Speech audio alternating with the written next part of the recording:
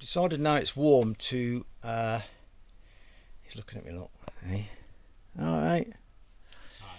He's decided now to pull the fireplace out. It's warm enough. I don't need it now for a while, so I start taking the tiles off, and looks like the previous person has not really done a very good job. I'll show you now. As you can see there, I've just tiled. I don't know whether this. I don't think this is just ordinary board. Ordinary board with no air gap. There's no. That's not fire retardant. That's just chipboard. So they put tiles on top of chipboard, just against this wood with no air gap. No like silicate boarding behind, fire retardant boarding. So all this wall's been getting very, very hot, and it's not actually a very good job. So I'm going to take it all out and redo it proper like.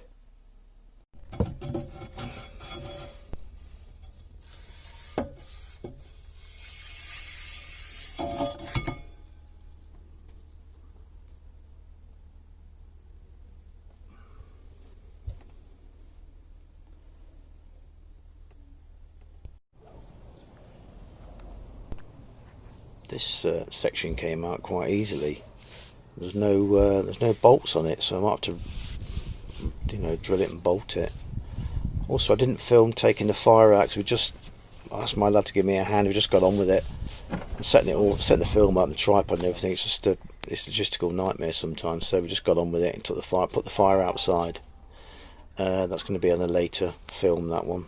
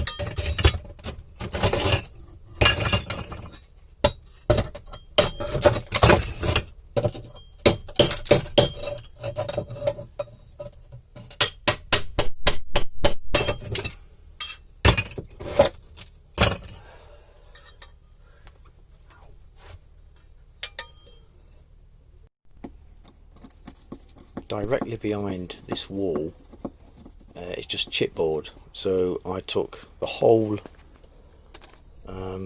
back of this board off, revealing behind that board there's a water tank and a load of ballast, and I put fresh. I just put that silicate calcium silicate board directly onto some wood lattice work I put up there, so I could screw it to there. There's a massive air gap behind there, so I didn't bother putting any board on, just a silicate board, the hardy board, and the tiles on top, which I think is much more efficient than this crappy chipboard that's behind here. Just taking the tiles off now and getting these out of the way. Then I take the board off, revealing the water tank, which I've never seen before, which is quite interesting. I didn't get any pictures of it, which is I was looking through my phone and I couldn't find any, which is rather annoying. I thought I did, so I could show you, but unfortunately I didn't, so I'm sorry about that. Luckily, because of the poor quality of the work, these tiles came off really easily, so that was a bit of luck from the very, very poor workmanship from the previous worker who put this in, I'm afraid to say. I think you can see there that the wall is moving a lot, and they do move a hell of a lot. The walls on narrowboats, when the sun's on the boat, everything expands. All the gaps everywhere seem to expand. You've got gaps everywhere. When the metal cools down again, then the boat contracts again. Very odd. So the expansion and contraction on a boat is quite common, so I'll smash my finger there, look. Oh, very nice. I must admit that these tiles are porcelain, so they did something right when they put it in.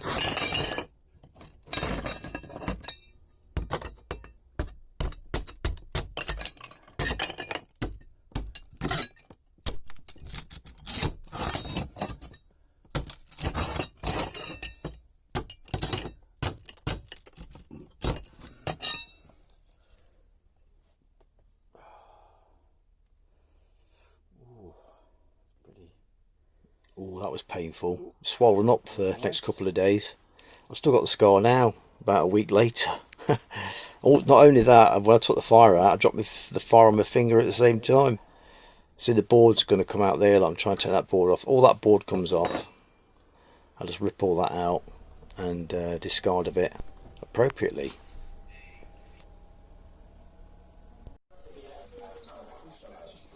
These are 20mm battens that I used for the air gap behind this calcium silicate board.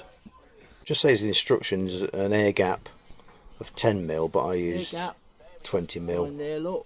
That's all I could find at the time, to be honest. And there's the air gap there, look, that's a silicate board I'm pointing to now. I got the board locally from Gumtree, I think it was. And I had 2 offcuts because getting the board from anywhere else is an absolute nightmare. So I couldn't get it. Couldn't get it delivered because I'm in the middle of nowhere. So I got it locally. The 2 offcuts, what the guy had left. Paid 50 quid for the calcium silicate board. That's the hardy board outside I'm pointing at now. Got 2 sheets of that for £7 something each from Wix. You can get that quite easily, but getting the calcium silicate board is an absolute no-no. You can't just tile straight onto calcium silicate board, it's too powdery. You have to put this hardy backer board on top and then tile. So it's logistically it's a bit of a nightmare, but it's worth it in the end. On top of that board, and you can tile on top of that. So no. Behind that gap there is just an air gap where the water tank is, so there's plenty of air gap there. Just filling in the gaps there with some offcuts. I've put some battens behind there so I can screw to the battens, and later on I shall put some high resistant, high temperature foil tape on top of those gaps, just to give it even more security. Just showing you here that it cuts easily with the saw. It's quite soft and powdery, so any household saw you can cut it with.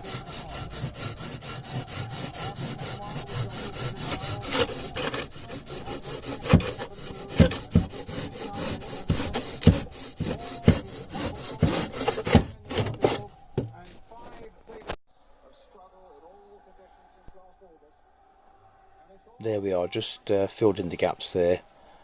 Just got to screw it in, and then that's that sorted out at the back. That's just showing you the air gap once again, the 3rd or 4th time. Quite proud of that air gap, don't know why. I got a thumbs up, nice. Nice.